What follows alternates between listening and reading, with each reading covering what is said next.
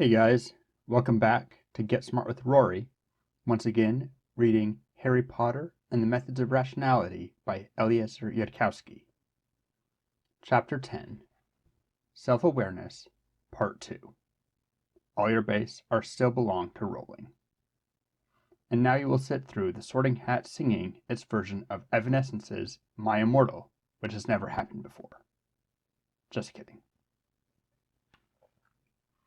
He wondered if the Sorting Hat was genuinely conscious in the sense of being aware of its own awareness, and if so, whether it was satisfied with only getting to talk to 11-year-olds once per year.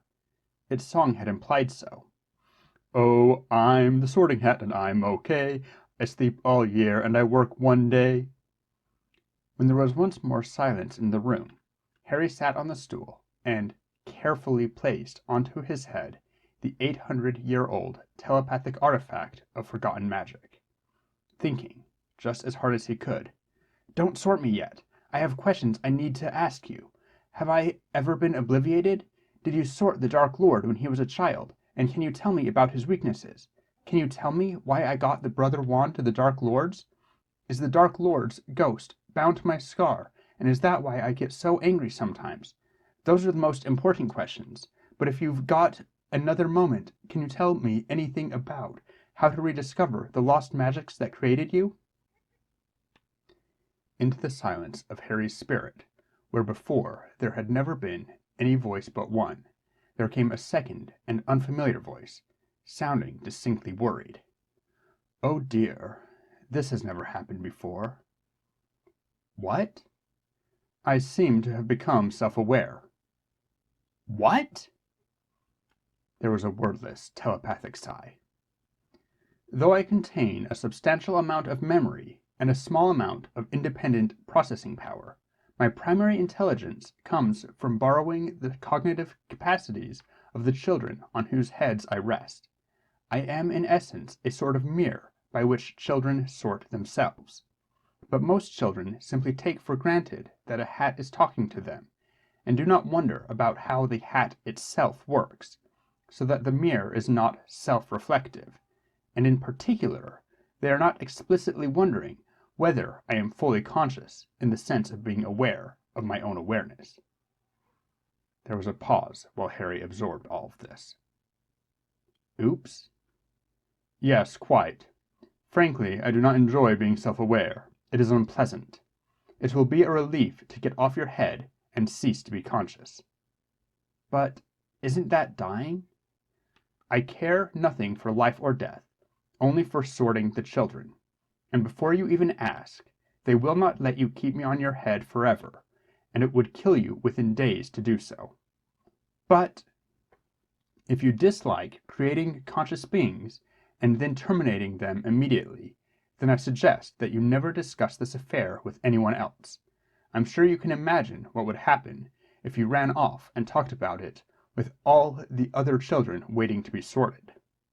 If you're placed on the head of anyone who so much as thinks about the question of whether the Sorting Hat is aware of its own awareness." Yes, but the vast majority of 11-year-olds who arrive at Hogwarts haven't read Gödel, Escher, Bach. May I please consider you sworn to secrecy? That is why we are talking about this, instead of my just sorting you." He couldn't let it go like that. Couldn't just forget having accidentally created a doomed consciousness that only wanted to die. "You are perfectly capable of just letting it go, as you put it. Regardless of your verbal deliberations on morality, your nonverbal emotional core sees no dead body and no blood. As far as it is concerned, I am just a talking hat. And even though you try to suppress the thought, your internal monitoring is perfectly aware that you didn't mean to do it, are spectacularly unlikely to ever do it again, and that the only real point of trying to stage a guilt fit is to cancel out your sense of transgression with a display of remorse. Can you just promise to keep this a secret and let us get on with it?" In a moment of horrified empathy, Harry realized that this sense of total inner disarray must be what other people felt like when talking to him. "Probably. Your oath of silence, please."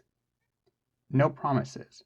I certainly don't want this to happen again, but if I see some way to make sure that no future child ever does this by accident—" "That will suffice, I suppose. I can see that your intention is honest. Now, to get on with the sorting." "Wait! What about all my other questions?" "I am the Sorting Hat. I sort children. That is all I do." So his own goals weren't part of the hairy instance of the Sorting Hat, then. It was borrowing his intelligence, and obviously his technical vocabulary, but it was still imbued with only its own strange goals, like negotiating with an alien or an artificial intelligence. "Don't bother. You have nothing to threaten me with, and nothing to offer me." For a brief flash of a second, Harry thought. The Hat's response was amused. "I know you won't follow through on a threat to expose my nature, condemning this event to eternal repetition.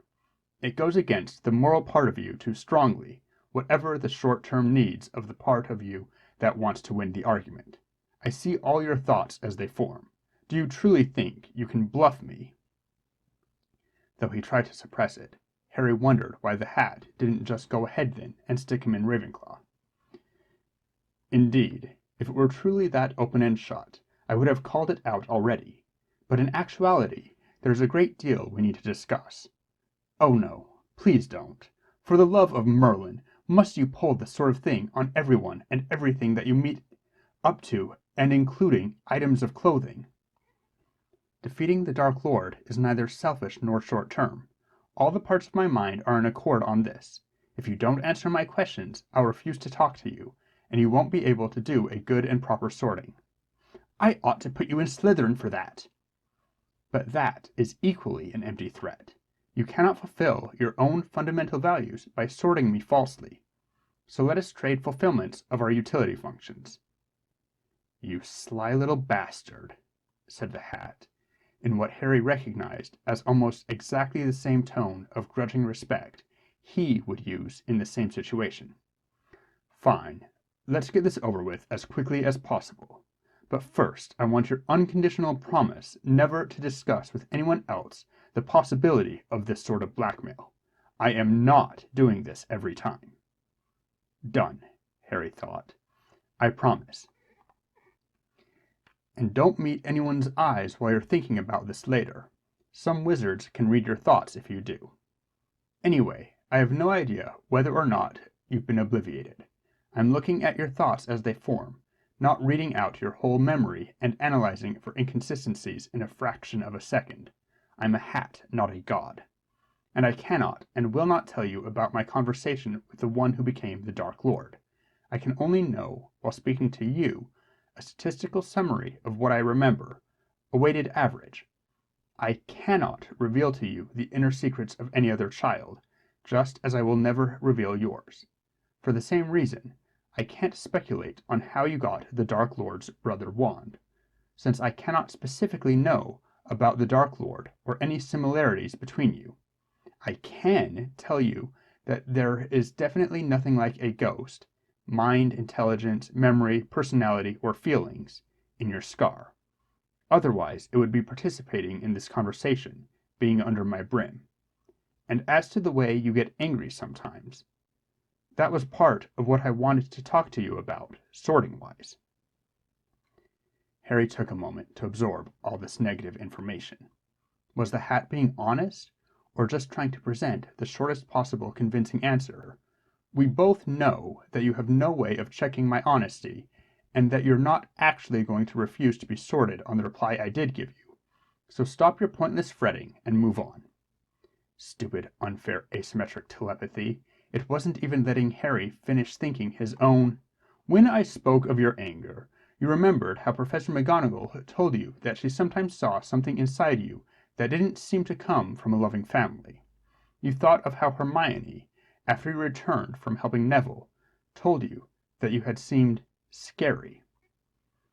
Harry gave a mental nod. To himself he seemed pretty normal, just responding to the situations in which he found himself, that was all. But Professor McGonagall seemed to think that there was more to it than that, and when he thought about it, even he had to admit that that you don't like yourself when you're angry, that it is like wielding a sword whose hilt is sharp enough to draw blood from your hand, or looking at the world through a monocle of ice that freezes your eye even as it sharpens your vision. Yeah, I guess I have noticed. So what's up with that? I cannot comprehend this matter for you when you do not understand it yourself, but I do know this. If you go to Ravenclaw or Slytherin, it will strengthen your coldness. If you go to Hufflepuff or Gryffindor, it will strengthen your warmth. That is something I care about a great deal, and it was what I wanted to talk to you about this whole time. The words dropped into Harry's thought processes with a shock that stopped him in his tracks. That made it sound like the obvious response was that he shouldn't go to Ravenclaw. But he belonged in Ravenclaw. Anyone could see that. He had to go to Ravenclaw. No, you don't, the Hat said patiently, as if it could remember a statistical summary of this part of this conversation, having happened a great many previous times. Hermione's in Ravenclaw. Again, the sense of patience. You can meet her after lessons and work with her then. But my plans. So replan. Don't let your life be steered by your reluctance to do a little extra thinking. You know that. Where would I go, if not Ravenclaw? Ahem. Clever kids in Ravenclaw, evil kids in Slytherin, wannabe heroes in Gryffindor, and everyone who does the actual work in Hufflepuff. This indicates a certain amount of respect. You are well aware that conscientiousness is just about as important as raw intelligence in determining life outcomes. You think you will be extremely loyal to your friends, if you ever have some. You are not frightened by the expectation that your chosen scientific problems may take decades to solve. I'm lazy. I hate work. Hate hard work in all its forms. Clever shortcuts. That's all I'm about. And you would find loyalty and friendship in Hufflepuff, a camaraderie that you have never had before. You would find that you could rely on others, and that would heal something inside you that is broken. Again, it was a shock. But what would the Hufflepuffs find in me, who never belonged in their house? Acid words, cutting wit, disdain for their inability to keep up with me? Now it was the Hat's thoughts that were slow, hesitant. I must sort for the good of all the students in all the houses. But I think you could learn to be a good Hufflepuff, and not too out of place there. You will be happier in Hufflepuff than in any other house. That is the truth. Happiness is not the most important thing in the world to me. I would not become all I could be in Hufflepuff. I would sacrifice my potential. The Hat flinched. Harry could feel it somehow. It was like he had kicked the Hat in the balls, in a strongly weighted component of its utility function. Why are you trying to send me where I do not belong? The Hat's thought was almost a whisper. I cannot speak of the others to you, but do you think that you are the first potential Dark Lord to pass under my brim? I cannot know the individual cases, but I can know this. Of those who did not intend evil from the very beginning, some of them listened to my warnings, and went to houses where they would find happiness, and some of them did not. That stopped Harry, but not for long. And of those who did not heed the warning, did they all become Dark Lords? Or did some of them achieve greatness for good as well? Just what are the exact percentages here? I cannot give you exact statistics. I cannot know them, so I cannot count them. I just know that your chances don't feel good. They feel very not good. But I just wouldn't do that. Ever. I know that I have heard that claim before. I am not Dark Lord material. Yes, you are. You really, really are. Why? Just because I once thought it would be cool to have a legion of brainwashed followers chanting, "Hail the Dark Lord Harry"? Amusing, but that was not your first fleeting thought before you substituted something safer, less damaging. No, what you remembered was how you considered lining up all the blood purists and guillotining them. And now you are telling yourself you are not serious, but you were. If you could do it this very moment, and no one would ever know, you would. Or what you did this morning to Neville Longbottom. Deep inside, you knew that was wrong, but you did it anyway because it was fun, and you had a good excuse, and you thought the boy who lived could get away with it. That's unfair. Now you're just dragging up inner fears that aren't necessarily real. I worried that I might be thinking that, but in the end I decided it would probably work to help Neville. That was in fact a rationalization. I know. I cannot know what the true outcome will be for Neville, but I know what was truly happening inside your head. The decisive pressure was that it was such a clever idea you couldn't stand not to do it, never mind Neville's terror. It was like a hard punch to Harry's entire self. He fell back, rallied. Then I won't do that again. I'll be extra careful not to turn evil. Heard it. Frustration was building up inside Harry. He wasn't used to being outgunned in arguments, at all, ever, let alone by a hat that could borrow all of his own knowledge and intelligence to argue with him and could watch his thoughts as they formed. Just what kind of statistical summary do your feelings come from, anyway? Do they take into account that I come from an Enlightenment culture, or were these other potential Dark Lords the children of spoiled Dark Age nobility, who didn't know squat about the historical lessons of how Lenin and Hitler actually turned out, or about the evolutionary psychology of self-delusion, or the value of self-awareness and rationality, or... No, of course they were not in this new reference class which you have just now constructed in such a way as to contain only yourself. And of course others have pleaded their own exceptionalism, just as you are doing now. But why is it necessary? Do you think that you are the last potential wizard of light in the world? Why must you be the one to try for greatness, when I have advised you that you are riskier than average? Let some other, safer candidate try. But the prophecy. You don't really know that there's a prophecy. It was originally a wild guess on your part, or to be more precise, a wild joke, and McGonagall could have been reacting only to the part about the Dark Lord still being alive. You have essentially no idea of what the prophecy says, or even if there is one.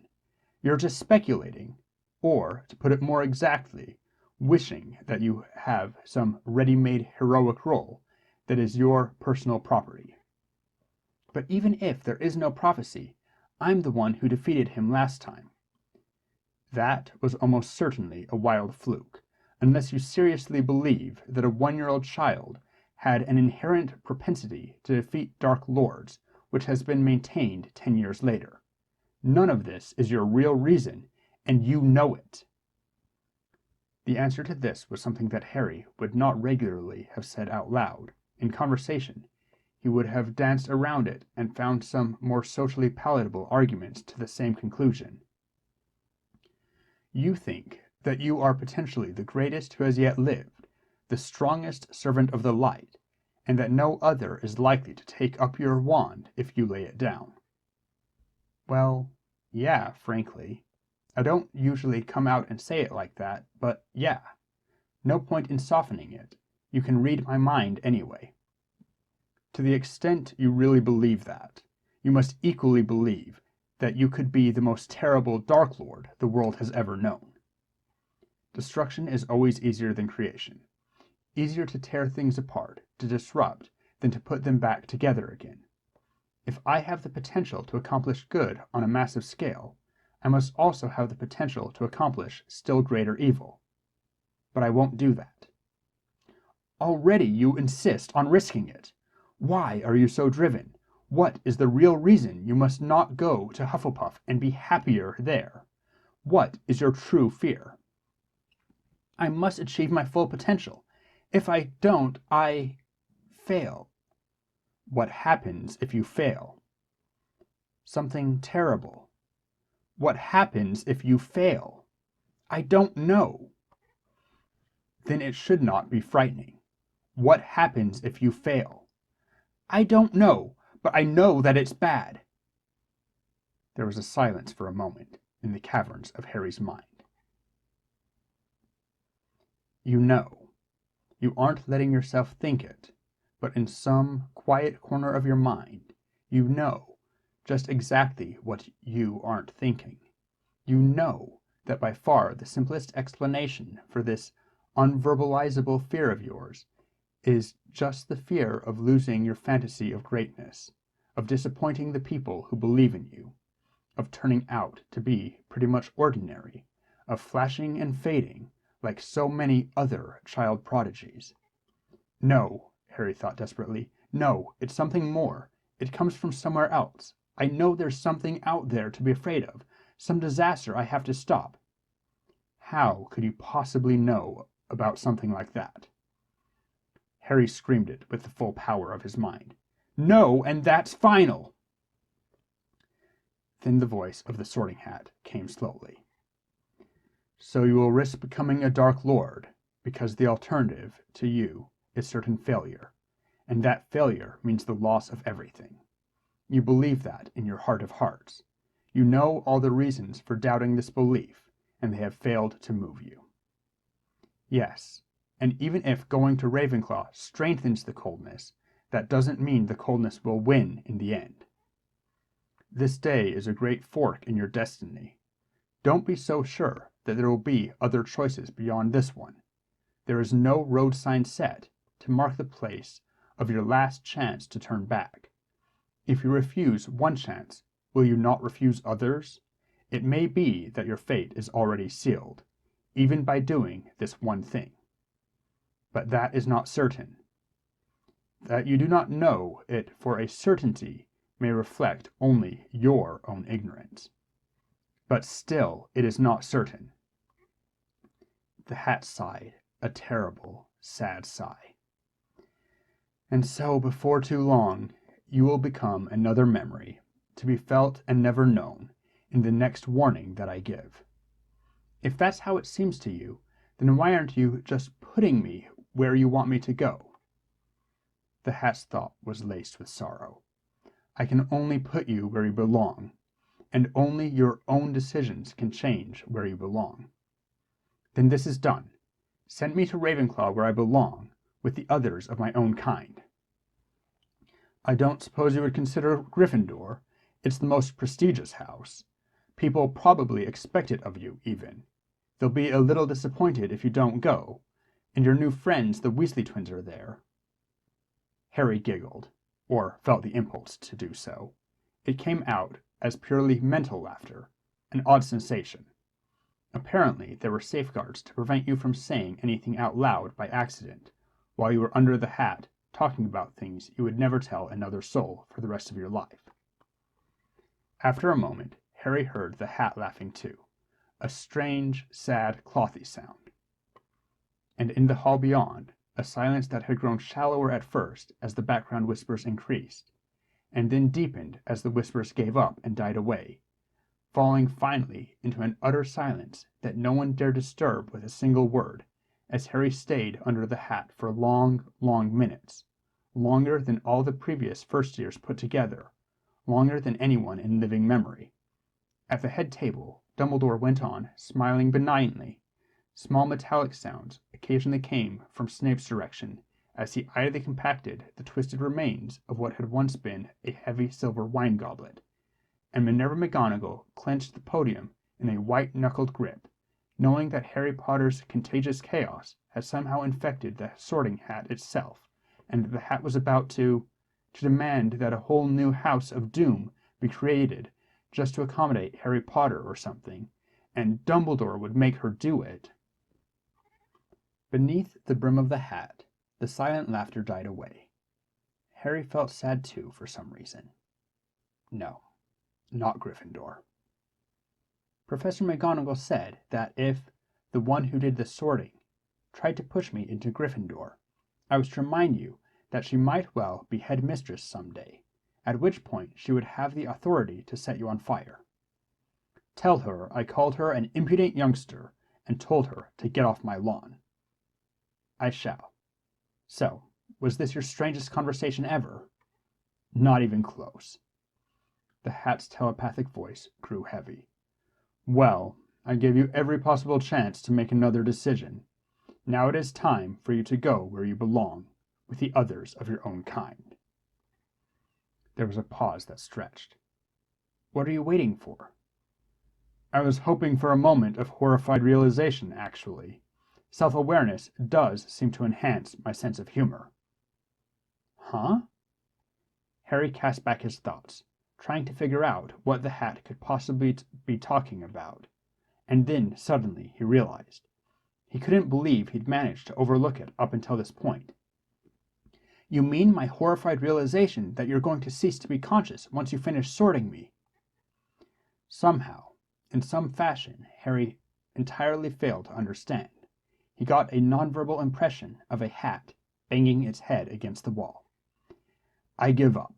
You're too slow on the uptake for this to be funny. So blinded by your own assumptions that you might as well be a rock. I suppose I'll just have to say it outright." "Too slow?" "Oh, and you entirely forgot to demand the secrets of the lost magic that created me. And they were such wonderful, important secrets, too." "You sly little bastard!" "You deserved it, and this as well." Harry saw it coming, just as it was already too late. The frightened silence of the hall was broken by a single word. "Slytherin!" Some students screamed, the pent-up tension was so great. People startled hard enough to fall off their benches. Hagrid gasped in horror. McGonagall staggered at the podium, and Snape dropped the remains of his heavy silver goblet directly onto his groin. Harry sat there frozen, his life in ruins, feeling the absolute fool, and wishing wretchedly that he had made any other choices for any other reasons but the ones he had, that he had done something, anything differently, before it had been too late to turn back. As the first moment of shock was wearing off, and people began to react to the news, the Sorting Hat spoke again. "Just kidding. Ravenclaw!"